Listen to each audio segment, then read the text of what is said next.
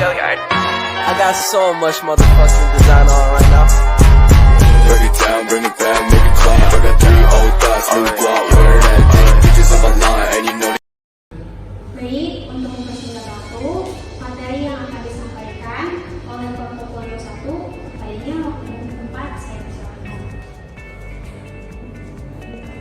Assalamualaikum warahmatullahi wabarakatuh. Terima kasih sebelumnya kepada moderator yang telah memberi waktu untuk menjelaskan materi portofolio 1. Sebelumnya, perkenalkan nama saya Muhammad Rafiul Jabimana serta rekan saya Alif Febrian Syahera. Baik, untuk mempersingkat waktu, saya akan menjelaskan materi tentang kesenjangan teknologi masyarakat. Nah, di sini ada penjelasan materinya. Yang pertama itu kesenjangan teknologi dapat berdampak negatif pada individu dan masyarakat, dan yang dimana orang-orang yang tidak memiliki akses ke teknologi digital dan mungkin kesulitan dalam mengakses internet, layanan publik, pendidikan, peluang pekerjaan, dan kesempatan umum. Yang kedua itu adalah hal ini juga dapat memperburuk kesenjangan sosial dan ekonomi yang ada, karena individu dan kelompok yang sudah terpinggirkan akan semakin tertinggal dalam era digital yang terus berkembang. Dan di sini ada beberapa penjelasan yang lebih rinci. Yang pertama itu keterampilan dan literasi digital. Keterampilan dan literasi digital itu adalah kesenjangan teknologi juga terkait dengan keterampilan dan literasi digital individu atau kelompok masyarakat. Beberapa orang mungkin tidak memiliki pengetahuan atau keterampilan yang cukup untuk menggunakan teknologi digital secara efektif. Hal ini dapat disebabkan oleh kurangnya pendidikan atau pelatihan dalam hal TK, berupa pembelajaran yang kurang atau kurangnya akses terhadap sumber daya pendidikan yang memadai. Ketidakmampuan untuk menggunakan teknologi dengan baik dapat menghambat individu atau kelompok dalam mengakses informasi, berpartisipasi dalam kegiatan online, dan memanfaatkan potensi penuh teknologi. Dan yang kedua ini ada dampak sosial dan ekonomi, yaitu kesenjangan teknologi dapat memperdalam ketidaksetaraan sosial dan ekonomi dalam masyarakat. Individu atau kelompok masyarakat yang tidak memiliki akses, keterampilan, atau aksesibilitas terhadap teknologi digital mungkin mengalami keterbatasan dalam mengakses layanan publik, mencari pekerjaan, berpartisipasi dalam kegiatan ekonomi, dan berinteraksi dengan masyarakat yang lebih luas. Hal ini dapat memperburuk kesenjangan sosial dan ekonomi yang ada dalam masyarakat.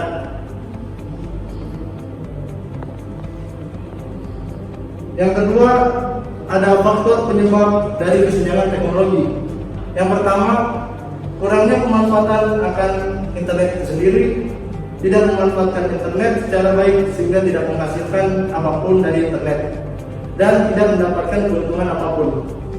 Yang kedua itu ada penyebab kesenjangan digital adalah karena penyediaan infrastruktur yang belum merata, pembangunan yang belum merata, serta kurangnya kerjasama pemerintah dengan masyarakat serta akademisi. Penjelasan dari Dr. Andes Gungun Siswadi MSI sebagai SAM bidang komunikasi dan media massa atau lebih dikenal dengan Bapak Gungun. Terima kasih dan akan dilanjutkan materi selanjutnya. Ya, baik. Di sini saya akan menjelaskan dari materi sebelumnya. Di sini saya akan menjelaskan materi tentang wilayah yang terkena dampak kesenjangan teknologi yang ada di Indonesia. Pertama, daerah di Indonesia Timur dan Barat, contohnya daerah mereka sebagian belum tersentuh dengan teknologi seperti di kota-kota besar, karena ada beberapa faktor yang menjadi penyebab wilayah Indonesia Timur dan Barat ini belum tersentuh. Yang kedua, Badan Pusat Statistik atau bisa disebut dengan BPS menyatakan indeks pembangunan teknologi informasi dan komunikasi masih belum merata untuk bagian timur Indonesia.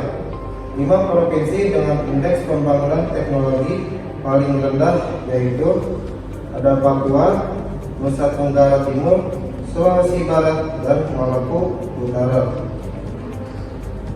Nah, di sini terdapat beberapa faktor yang menyebabkan wilayah-wilayah ini belum tersentuh sepenuhnya oleh teknologi seperti di kota-kota besar.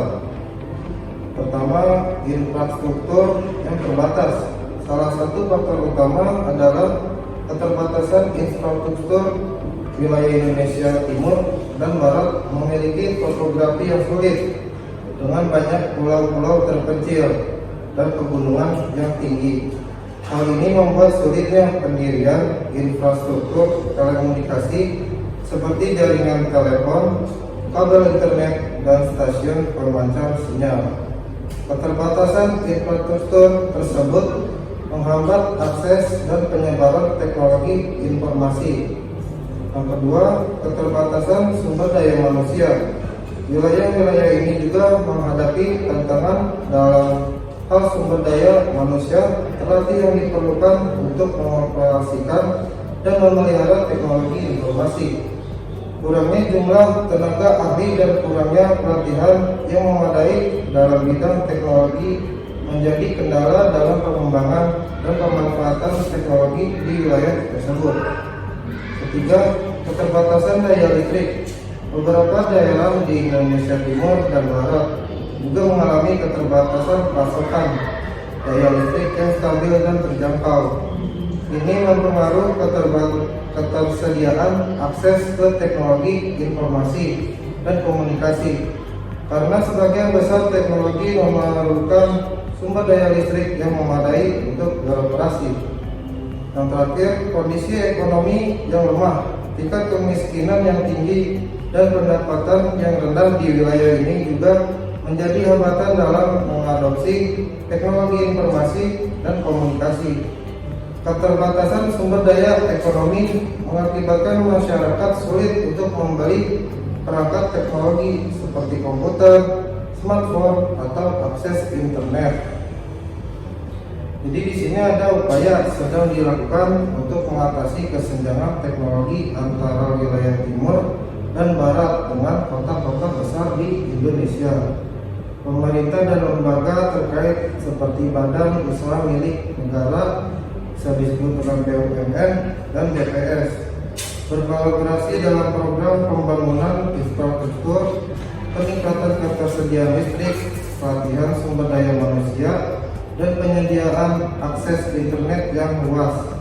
Program-program ini diharapkan dapat mengurangi kesenjangan teknologi dan mempercepat pengembangan wilayah timur dan barat di Indonesia.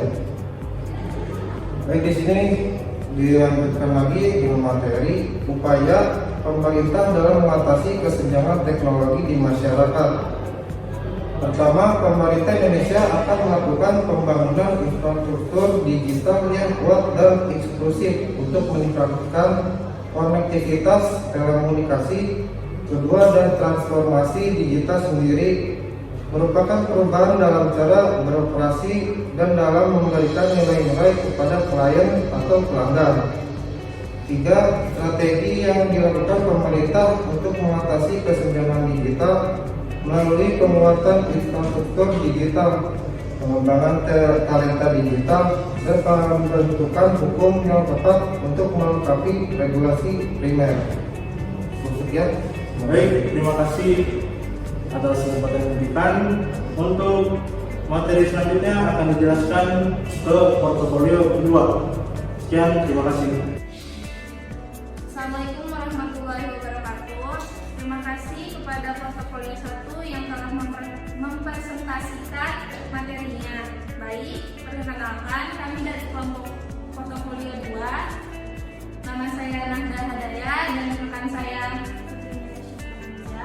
Baik, untuk mempersingkat waktu, kami akan menjelaskan tentang undang-undang yang dimaksud dengan kesenjangan teknologi dalam masyarakat. Yang pertama, Sistem Nasional Ilmu Pengetahuan dan Teknologi adalah pola hubungan yang membentuk keterkaitan secara rencana, terarah, dan terukur, serta berkelanjutan antar unsur kelembagaan dan sumber daya, sehingga terbangun jaringan ilmu pengetahuan dan teknologi sebagai satu kesatuan yang utuh dalam mendukung penyelenggaraan ilmu pengetahuan dan teknologi sebagai dalam perumusan dan penetapan kebijakan pembangunan nasional. Kedua, penyelenggaraan ilmu pengetahuan dan teknologi adalah proses, cara, atau aktivitas penyelenggaraan kegiatan pendidikan, penelitian, pengembangan, pengkajian, dan penerapan ilmu pengetahuan dan teknologi. Lanjut yang akan dilanjut oleh rekan saya. Jadi terima kasih kepada Anda sudah menontonnya.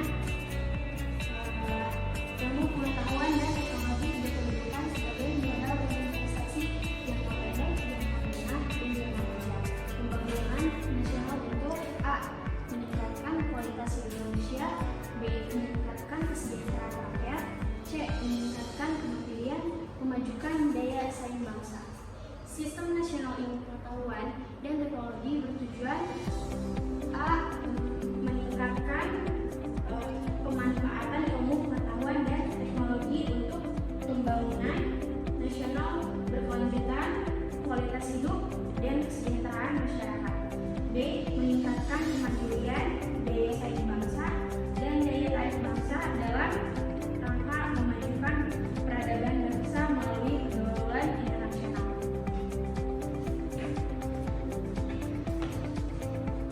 Atas waktu yang telah diberikan, untuk materi selanjutnya akan dijelaskan oleh portofolio 3. Waktu dan tempat kami persilakan. Assalamualaikum warahmatullahi wabarakatuh. Baik, kami akan melanjutkan ke portofolio 3. Sebelum menjelaskan, perkenalkan, nama saya Syahrul Maulana dan rekan saya. Nama saya Nabil Muhammad Ramadhani. Kami mengambil dari salah satu pasal dari portofolio 2 yang berjudul ilmu pengetahuan dan teknologi berkedudukan sebagai modal dan investasi jangka pendek, jangka menengah, dan jangka panjang pembangunan nasional untuk dalam jangka pendek. Investasi dalam pengetahuan dan teknologi memberikan hasil nyata dalam bentuk inovasi, efisiensi, dan peningkatan produktivitas di berbagai sektor ekonomi. Misalnya, penggunaan teknologi informasi dan komunikasi mempercepat proses bisnis, memungkinkan pertumbuhan sektor e-commerce, dan menciptakan lapangan kerja baru. Selanjutnya akan dilanjutkan oleh rekan kami nanti. Baik, saya lanjutkan. Dan dalam jangka menengah, ilmu pengetahuan dan teknologi memainkan peran penting dalam membangun kapasitas manusia melalui pendidikan dan pelatihan yang relevan dengan tuntutan pasar kerja yang terus berkembang. Dan yang terakhir, jangka panjang melibatkan penelitian dan pengembangan ilmu pengetahuan dan teknologi untuk memecahkan masalah yang kompleks dan memenuhi kebutuhan masyarakat yang terus berkembang. Investasi dalam riset dan inovasi memungkinkan negara untuk menjadi pemimpin global dalam berbagai bidang seperti energi terbaru, kesehatan, pertanian, dan transportasi masa depan.